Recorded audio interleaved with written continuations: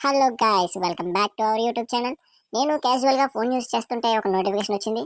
ఆ ఓపెన్ చేసి చూస్తే ఒక message, video, audio and photos అయితే పంపడం జరిగింది. ఆ మెసేజ్ కువైట్లో ఉన్న ఒక బాధితురాలు పంపించింది. ఆవిడకి అదేంటో ఆమె మాటల్లోనే వినండి. పేసరాడండి అందరికీ, మీ అందరికీ నా ధన్యవాదాలు.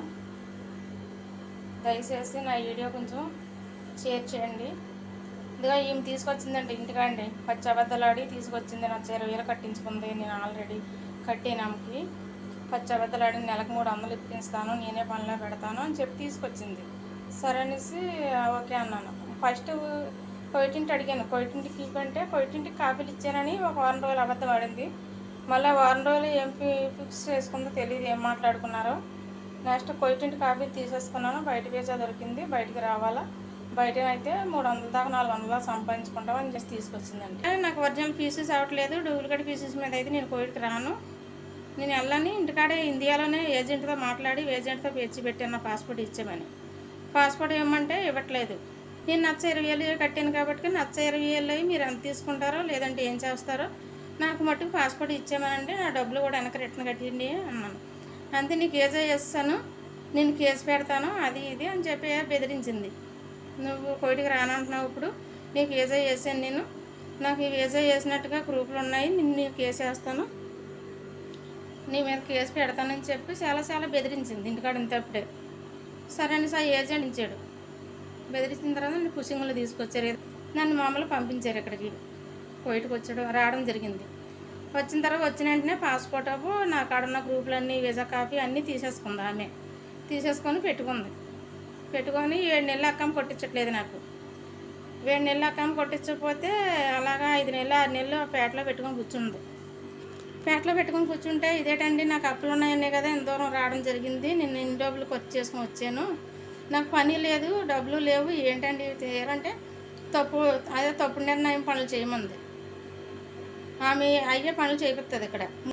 నేను అలాంటి తప్పుడు నిర్ణయాలు చేసే మనిషిని కాదు. నేను రోజుకు 100 రూపాయలు కూలి తెచ్చుకొని ఎంట్లో సంవత్సరం పని చేసుకొని బతికాను, కానీ మేము అలాంటి పనులు చేసుకొని బతకలేదు. నేను కోయిటిళ్ళలో పోయి నేను శుభ్రంగా నేను రూపాయి డబ్బులు చేసుకుని అప్పులు కట్టుకుంటాను, నాకు అక్క వేయించి నన్ను బయటకు వదిలేని చెప్పినా సరే కానీ బయటకు వెళ్ళిచ్చేది కదండి. ఫోన్ తీసుకొని మన ఇండియా నుండి తెచ్చిన నెంబర్లన్నీ డిలీట్ కొట్టేసి వాట్సాప్ డిలీట్ చేసి అన్నీ చేసింది. కొట్టింది కూడా 3 చుట్లు. 2 పొట్లు పట్ట నేను ఎంబీసీకి వెళ్ళానండి. మన ఇండియా ఎంబీసీ ఉంది ఇక్కడ. మన ఇండియా ఎంబీసీకి వెళ్ళి నేను ఇలాగ మామూలు చెప్పడం జరిగింది. ఆమె దగ్గర నుండి వస్తాను, నేను వేరే వాళ్ళ దగ్గర ఉంటున్నాను నేను వచ్చేసి అలాగని చెప్పడం జరిగింది. చెప్తే ఆమెని పిలిపించి నువ్వు ఎందుకని అక్కమ్మ కొట్టించట్లేదు అనేసి బాగా అడిగారు. అప్పట్లోనూ బాగా అడిగిన తర్వాత సరే అక్కమ్మ కొట్టేస్తానని ఒప్పుకుంది. సరే నువ్వు అక్కమ్మ కొట్టించేసి అర్జెంటుగా నీకు ఒక నెల ఇస్తున్నాము, నెల టైంలోనూ నువ్వు అక్కమ్మ కొట్టించి పాస్పోర్ట్ అప్పును బతాకి ఇచ్చాయని చెప్పి మాట్లాడారు. సరే అని ఒప్పుకుంది, ఇచ్చేస్తానని. సరే ఇచ్చేస్తానని ఒప్పుకొని ఇవ్వట్లేదండి సార్. దాన్ని సరే బతాకి కాఫీ కూడా ఇమ్మంటే ఇచ్చేది కదండి, జరస్ కాఫీ. అంత ఏడిపించిందండి. నాకు పని లేక తిండి లేక ఎంత ఏడుతున్నాను ఇక్కడ ఎవరికి తెలియదు, ఆ భగవంతుడికి ఆ దేవుడికి తెలుసు, నాకు తెలుసు. చాలా ఏడిపించిందండి, చాలా ఏడిపిస్తుంది కూడా. ఇప్పటికీ కూడా అదే ఏడుపండి.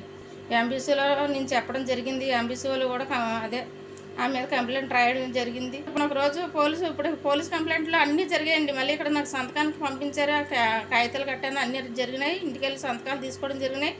ఇప్పుడు మళ్ళీ తిరిగేసి ఏమి తెలియట్లేదండి, మరి ఏం జరగబోతుందో ఏం జరుగుతుందో.